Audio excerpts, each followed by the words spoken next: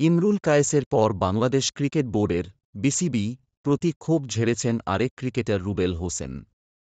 একই সাথে তিনি ক্রিকেট বোর্ডের রদবদলের দাবি জানিয়েছেন। সামাজিক যোগাযোগ মাধ্যমে মঙ্গলবার এক পোস্টে রুবেল বলেন, গত কয়েক বছরে দেশের ক্রিকেটকে ধ্বংস করার নেপথ্যে থাকা ব্যক্তিরা দেখলাম বলতেছে দেশে সুশাসন চায়।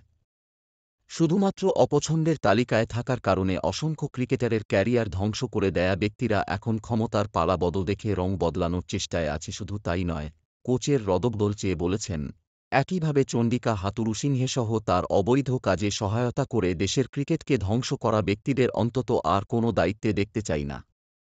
এর আগে ব্যাটার ইমরুল কায়েস বিসিবি কর্মকর্তাদের পদত্যাগ চেয়ে বলেছেন, সম্প্রতি একটা সাক্ষাৎকার দেখলাম বোর্ড কর্মকর্তারা মুখোশ পাল্টে এখন মিথ্যা আশ্বাস দিয়ে যাচ্ছেন। এদের কারণে ক্রিকেটের যে কী পরিমাণ ক্ষতি হয়েছে সবাই জানেন। কত প্লেয়ারের ক্যারিয়ার যে ধ্বংস করছে তারা, শুধু তাদের পছন্দের তালিকায় না থাকার কারণে। খেলোয়াড়দের সঙ্গে ন্যূনতম সম্মান দেখানো হয় না। এরপর ইমরুল বোর্ড কর্মকর্তাদের পদত্যাগের অনুরোধ জানিয়ে তিনি লিখেন, আপনারা যথেষ্ট করেছেন, দেশের ক্রিকেটকে দেয়ার আপনাদের আর কিছু নেই।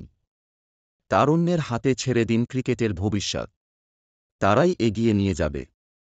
তাদের হাত ধরেই আসবে বড় সাফল্য, যেখানে মাথা উঁচু করে থাকবে বাংলাদেশ ক্রিকেট, ইনশাআল্লাহ।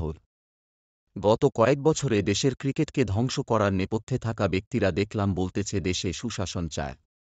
শুধুমাত্র অপছন্দের তালিকায় থাকার কারণে অসংখ্য ক্রিকেটারের ক্যারিয়ার ধ্বংস করে দেয়া ব্যক্তিরা এখন ক্ষমতার পালাবদ দেখে রং বদলানোর চেষ্টায় আছে। একইভাবে চান্দিকা হাথুরুসিংহেসহ তার অবৈধ কাজে সহায়তা করে দেশের ক্রিকেটকে ধ্বংস করা ব্যক্তিদের অন্তত আর কোনো দায়িত্বে দেখতে চাই না, বলেন রুবেল।